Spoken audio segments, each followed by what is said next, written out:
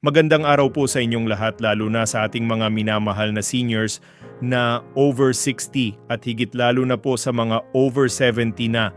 Ako po ay narito hindi para manakot, kundi para magbigay ng malinaw, tapat at siyentipikong paliwanag tungkol sa isang seryosong usapin na kadalasang binabalewala, ang pagtaas ng creatinine at ang tahimik na paghina ng ating mga bato. Bilang doktor, malinaw kong sasabihin ito, hindi lahat ng gulay ay ligtas para sa may edad na, lalo na kung may senyales na ng panghihina ng kidney, at mas lalong hindi lahat ng healthy na gulay ay tama para sa mga over 70. Maraming pasyente ang pumapasok sa aking klinika na nagsasabing, "Doc, puro gulay naman po ang kinakain ko." Ngunit kapag tiningnan natin ang kanilang laboratory results, mataas ang creatinine, bumababa ang GFR, at may senyales na ng chronic kidney disease. Ayon sa datos ng Philippine Society of Nephrology, tinatayang mahigit 7 milyong Pilipino ang may iba't ibang antas ng kidney disease at malaking porsyento nito ay mga senior citizens. Ang mas nakababahala, mahigit kalahati sa kanila ay hindi alam na may problema na pala ang kanilang bato. Ngayon ang tanong, posible bang bumaba ang creatinine at maprotektahan ang bato gamit ang tamang gulay? Ang sagot, oo, posible kung tama ang pipiliin, tama ang dami, at tama ang paraan. Sa vlog na ito, tatalakayin ko bilang isang doctor vlogger ang 5 sikretong gulay na napatunayang mas ligtas sa bato at maaaring makatulong sa pagpapanatiling kontrolado ng creatinine, lalo na sa mga over 70. Habang kayo ay nakikinig, mag-comment po kayo. Ilang taon na po kayo ngayon? Over 60 ba o over 70 na? Mahalaga po ito dahil ibang pangangailangan ng bato habang tayo ay tumatanda. At huwag po kayong mag-skip dahil ang ikalawang gulay ay kadalasang ipinagbabawal sa maling dahilan. Pero isa pala itong pinakaligtas. Gulay number 1, sayote, ang pinakaligtas na gulay para sa may mahinang bato. Bilang doktor, madalas kong irekomenda ang sayote sa mga pasyenteng may mataas na creatinine. Bakit?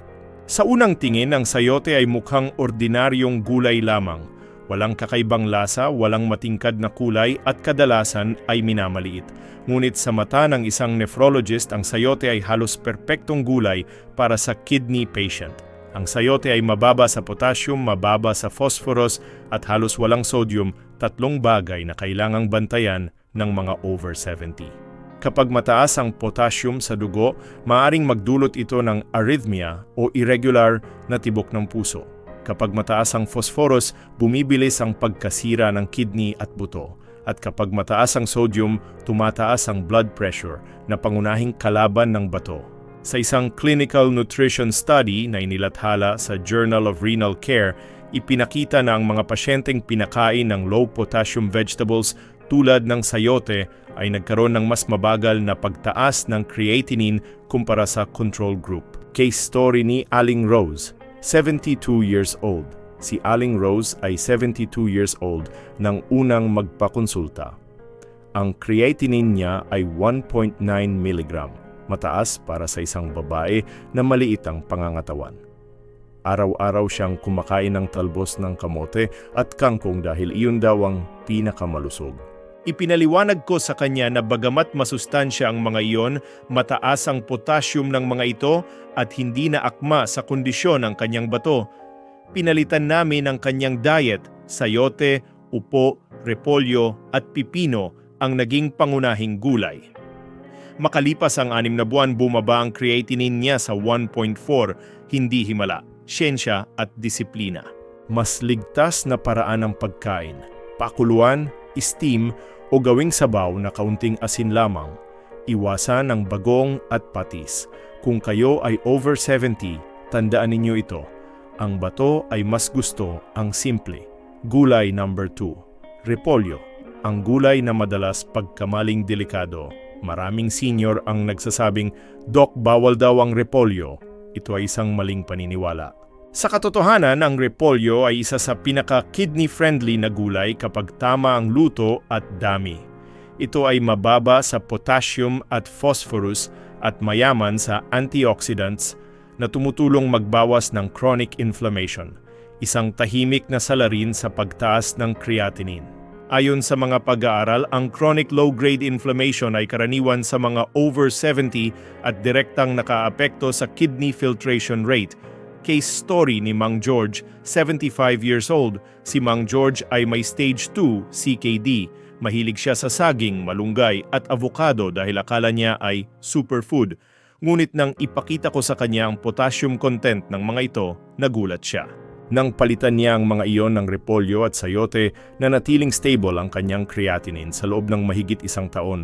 Mas ligtas na paraan, igisa sa kaunting mantika o pakuluan. Iwasan ang kimchi at atsara. Gulay number 3, pipino, natural na suporta sa paglilinis ng bato.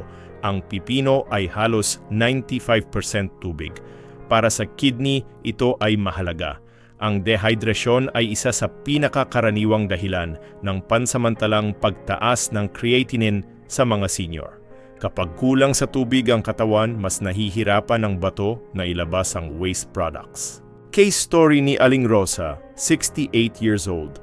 Si Aling Rosa ay umiiwas uminom ng tubig dahil sa madalas na pag-ihi. Resulta, tumaas ang creatinine. Nang turuan siyang uminom sa tamang oras at dagdagan ang pagkain ng pipino, bumuti ang kanyang kidney markers.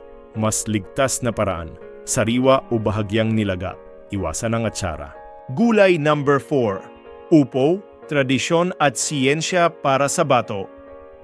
Ang upo ay mababa sa potassium at may natural na diuretic effect. Hindi nito pinipilit ang bato, bagkus ay tinutulungan.